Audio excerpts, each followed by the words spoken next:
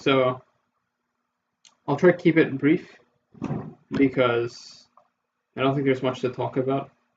So Karthus, yeah, 5 base damage nerfed on the Q, and then base damage on single target is nerfed by 10. Now procs runesman.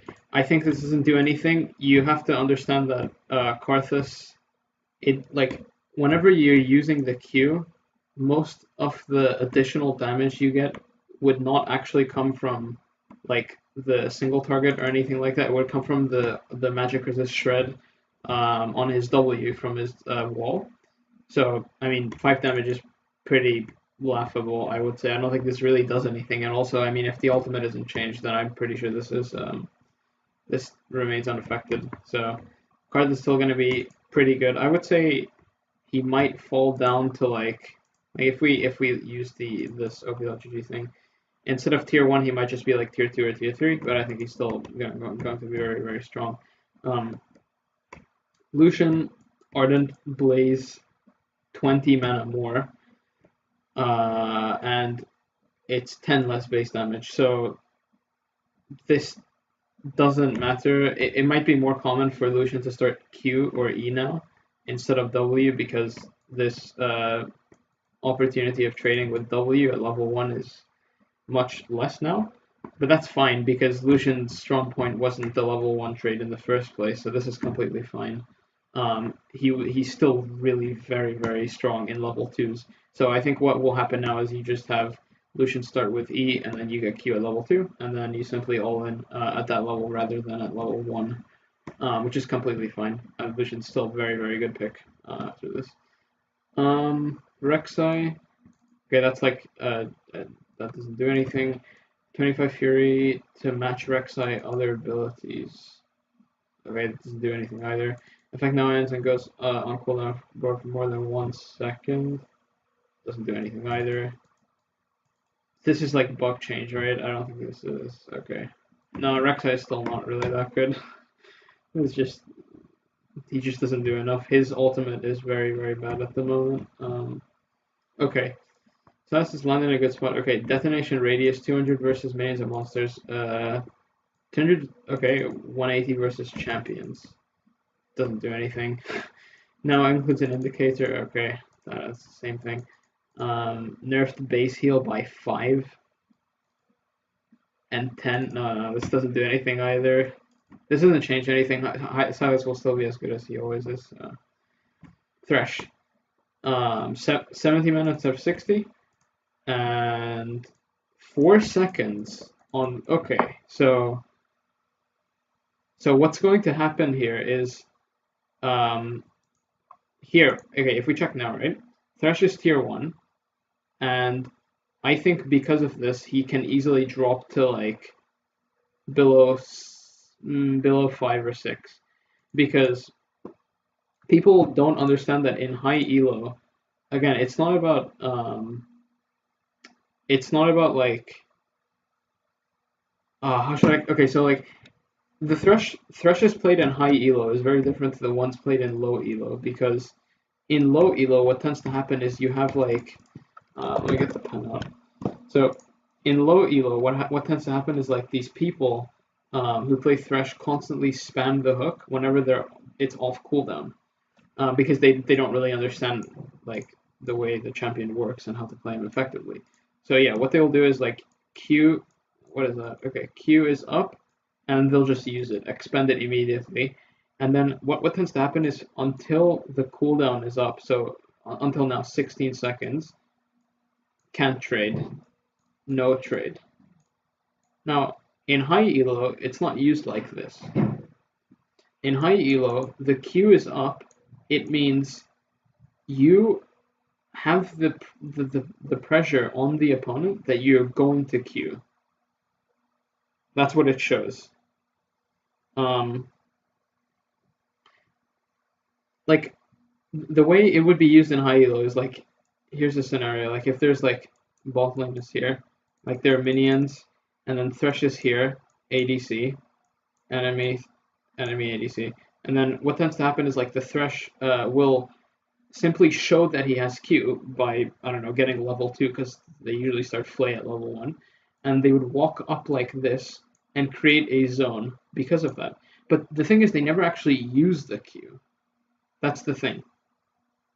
Like, it's very common for Thrushes to use Q like 10 times in a laning phase in high elo, if it's like a pretty standard, not too long laning phase. Like 10 times, easily 10 times, maybe 15 maximum. And so because of that, this doesn't actually end up doing that much, because 70 mana is like, what, 10 divided by 1.5 mana regen? I don't know, that's like, I don't know, 7 point whatever. 7 seconds to get the mana back from the nerf, and the cooldown doesn't do anything because like they barely even use it. So what's going to happen in low elo? Thresh is going to fall a lot. So from bronze to gold, for example. But in high elo, I don't think this will really do that much. Maybe his win rate drops by like 1%, 0.5%, something like that. But in high elo, this really shouldn't have much of an impact. So yeah, reverting those changes, too oppressive in lane. So like this, I hope this is specifically referring to low elo, because in low elo it is true that if you can spam the hooks out constantly, you have, you know, a very high chance of landing it. But if you're playing against opponents who also know what they're doing, then this is not the best way of going about it. So that's why this doesn't really do much in the high elo. Okay, Ergot. This doesn't do anything. Yeah, it doesn't do anything because you take Spellbook anyways, and you start with Corrupting Pod. I don't think this does anything. Okay, W Purge, 45 to 65. Okay, so that's kind of starting to build up now. His mana cost starting to kind of build up here. I don't know. I think that might. So Urgon is gonna have to back more frequently now. Urgot actually doesn't like tend to back at all right now, like that much in this patch. So I think this will make him be able to back a lot more.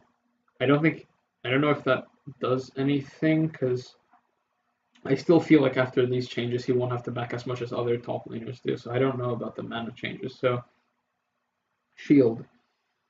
60, 90, okay. Change to 30, 60, 90. Ooh, okay.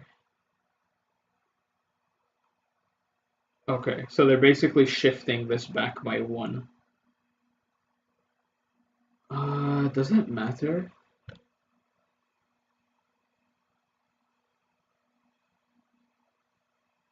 So this is essentially like having 1 less skill point.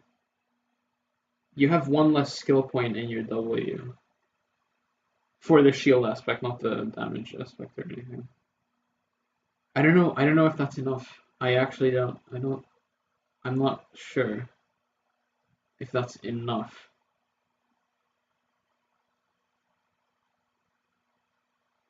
I feel like it hurts him definitely in lane, but I just having 1 less skill point in your W isn't the biggest deal.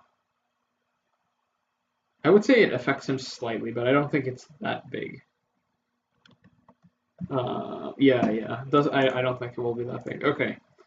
Yasuo. Okay. Attack damage nerfed by 3. Yeah, we all know that's gonna do a lot. Critical strike damage 60%.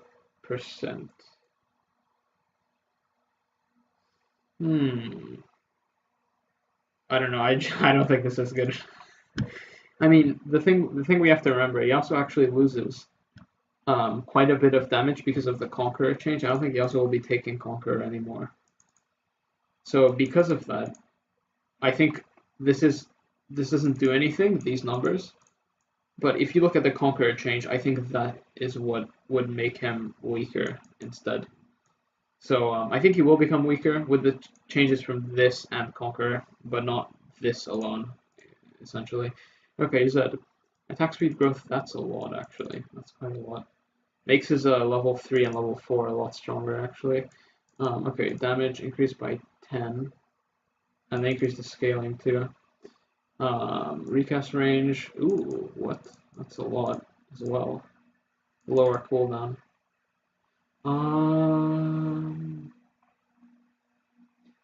So I think this is okay, but the problem is Zed can't deal with like tanky mobility in mid. So like he can't really deal with people like Kassadin. Well, he kind of can. Yasuo, Kassadin, Lissandra is very hard for him. Champions like these he really can't deal with. Um, and because of that, I mean, and even in the late game, right? Like a Fed Zed doesn't like do anything in a team fight. If they're against, like I don't know, Kaisa, Maokai, Sion, anything like that, he just doesn't do anything. This damage is not enough to pass through the tanks. So I think if this problem still exists, I don't think this will really help him. It does help him again in low elo when things are picked really dumbly and things are picked really randomly and people just don't know how to play the game, where Lissandra is picked less and things like that. I would say it's fine there, but again, this time you don't have to go much higher to see that Zed really starts falling off right after that. So I don't think this will be good enough. Zed no longer gains. Yeah, that's really bad. Um, Yeah, I don't know. I don't think this is good enough. I don't think it's good enough. Okay, Conqueror. So, this is the old one. After 4 seconds, your basic attack against champions. Okay, 3 seconds, 3% damage, 3 damage. Okay, let's see what it does now. Damaging attacks and abilities grant 3 to 15 adaptive force. So that means AP as well.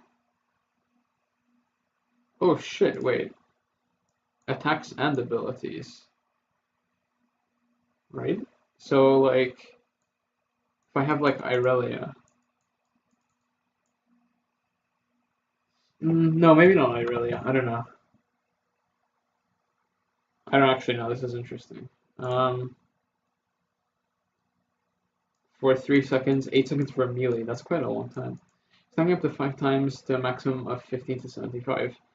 At 5 stacks, 10% of your damage against champions convert to true damage and you heal for that amount. Huh. Okay, so essentially what they're doing is they're taking the old Conqueror and then they're applying it to AP as well. And they're also saying that you need to stack it for longer, but you get a bigger payback for it. So I think this will make it so that champions will have to have like a DPS threshold. So um like DPS threshold. And then what you have is like old Conqueror, new Conqueror. And every single champion in the game has like a DPS thing like this. This is, I don't know, let's say Irelia. This is, I don't know, Jace. Everyone has a different one, and it's a different size. I know it's a really good drawing. And what's going to happen is the people that could really, really easily use Conqueror without absolutely any problem, it will look like this. And essentially what this is doing is it's saying, okay, we have too much Conqueror. Let's take the ones that are at a threshold that's too low and remove them. And only use the one that can really, really use Conqueror. That's essentially what this change is. And I'm okay with that because there's too many champions that took Conqueror in the previous patch. Nearly every single top, like Darius, Yorick, Tryndamere, I don't know what Tryndamere. Yeah, I think Tryndamere as well. Darius, Yorick, Tryndamere, I don't know, Irelia, Camille, Jax. I could read off of this list. Jace, Yasuo, Riven, maybe Rengar, Kled. Yeah, it's very obvious. Like you can see, like there's so many people that use Conqueror. So this is essentially saying, let's remove like 75% of the Conqueror users and force them to switch to something that is um, more suitable to their playstyle. So I actually kind of like this change because it actually increases the diversity that you see in terms of runes. So this is actually very very smart. Um, they're not making Conqueror worse essentially. This isn't exactly that. It's rather they're just filtering out people that were clearly abusing Conqueror versus people that can actually use Conqueror. That's essentially what this change is. Um, I don't think that the people who can use Conqueror very well will become stronger from this, but I mean, I think they'll be the same power level. I think it will be the same, but it forces other people that can't hit this DPS threshold very well to switch to another rune, which I'm for because that's just yeah, that's good. That's good. All right, Essence Reaver, 5 attack damage, cooldown reduction is now unique. What? Now appears in the correct shock categories. I don't think this is good. I think there are too many things that are stronger, like the Infinity Edge and stuff like that. Okay. Mid patch 9.3. Oh, this is dumb. I don't care about this. This is yeah. I wasn't all for fixing that stupid kleptomancy into support item top lane thing. I really hated that. I think it's really against the ideas of the game. So no, I don't like that. Increasing Azir's late game damage, attack speed growth.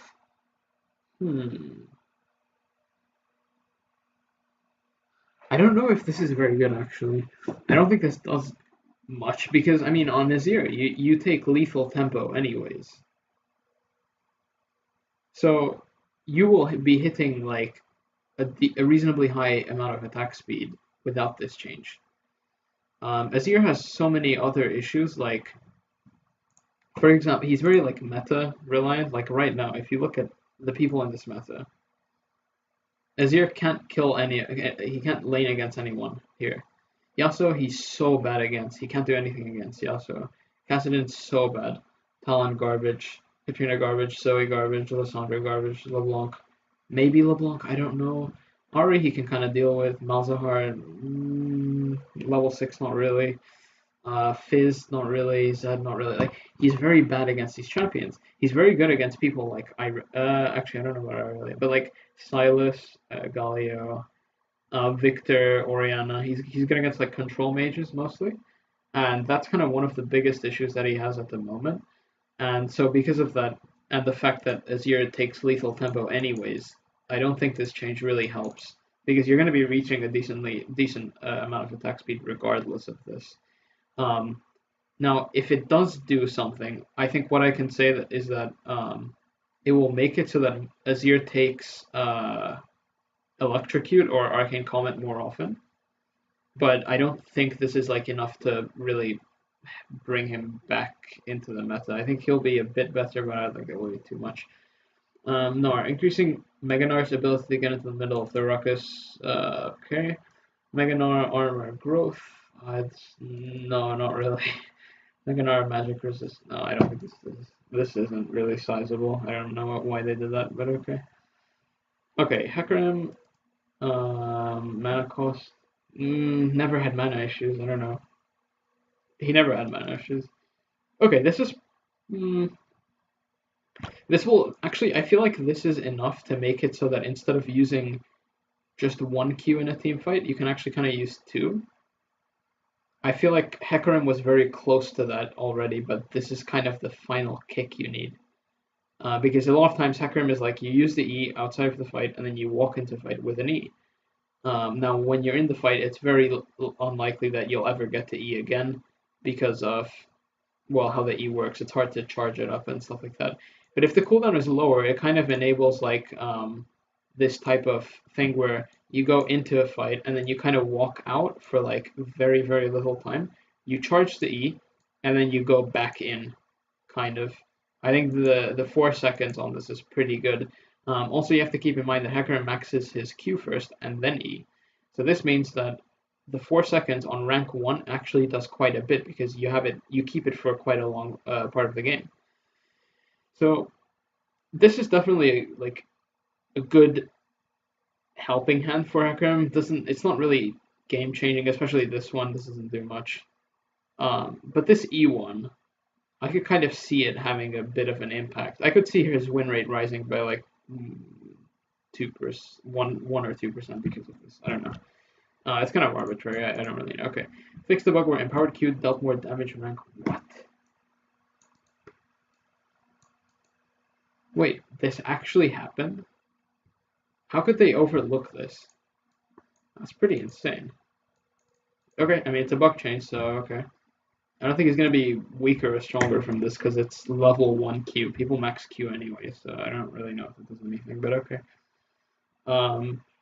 Fix the bug where W dealt more damage. Okay, another bug. I don't have anything to say there. Another bug. Okay, Storm Razor. Okay. Okay, recommended item. Alright, whatever. Okay, Trundle. Frozen Domain, 40 mana. Bonus attack speed. Oh, come on, really? So, Trundle is one of my favorite champions. I really, really love playing Trundle. I think he's one of the most fun champions in the game. Playing jungle, for example. The reason he became not good is because they nerfed the shit out of his Q. I think they halved the damage from 40 additional damage on the bite to like 20 at rank 1, which is huge. It really, really hit him in his clear. I don't think this W thing does anything. That's the... Because, again, it's the same thing as Hecarim, right? You keep the W unmaxed for quite a long time. And, like, I don't know, at rank 2, which is level 8, is it level 8? It's like level 8 or 9, I forgot. Okay. Like, his attack speed increases by 5%. Like, I don't think that does anything. I think his clear is a bit better, but, like, after he gets Tiamat, his clear is already really good. And this doesn't, like, do that much. So I think what they're trying to do is they're kind of, like, this is like a probe, right? They're kind of testing to see if this is a change that will help him. And if it doesn't help him, then they'll change something else instead. But I feel like I would be really happy if they did bring Trundle back into the meta. I think he's a very, very interesting champion that a lot of people overlook because they feel like his abilities are really simple. But he's kind of like the Bard of the jungle, where when I say that, I mean like Bard has abilities that equally affect the opponents as well as your team, which I think is an extremely, really, like a really, really smart choice of game design. So yeah, I think that's really good that they're trying to look into this. I hope they will continue because I think Trundle is a very like healthy champion. I think he's very well designed. So okay, the first wave of Telling Ghost. Wait, 18. Oh, this is the yeah. Okay, I don't care about. This is not something that I care about too much. ARF, I don't care about that. I don't care about this either. Okay, VFX. Oh yeah, I saw this. I saw the Riven VFX, and her Q was really weird. It looked like she's some sort of poison hextechy type person, right? Because they made it so that her Q, like the third part of the Q where the ground is impacted, it's all like cracked. And there are these like lines coming out like this. And it looks like it's some sort of like hextech, like Urgoth, like put a Q there. I don't know why they don't have a more Ionia-like theme. I saw a very good Reddit post which made it so that they should focus her abilities on not becoming green, but rather like wind-like movements. I thought that was a very, very smart idea. But I think they went through without that, so okay, whatever. Okay, animations, alright. Okay, that's fine. Alright, ranked. Oh shit, this. I don't really have anything to say. This doesn't affect the game, so I don't really care, to be honest with you. Bug fixes, okay. Skins, I think I really like both. I feel like it should have been called origami, but papercraft is fine. Now, um, there's just one thing, just one criticism that I have. Anivia's W being books stacked on top of each other is really lame to me. I feel like, so right now it kind of looks like book and then book. It's something like this right now, her W on the skin. Like you have like book stacked like that, right? What I think should happen is like you have papers, like colorful sheets of paper, like on top of each other like this. And then have like some of the papers like fall down. Have like some of the papers like falling down from this pile. I think that would look so much cooler.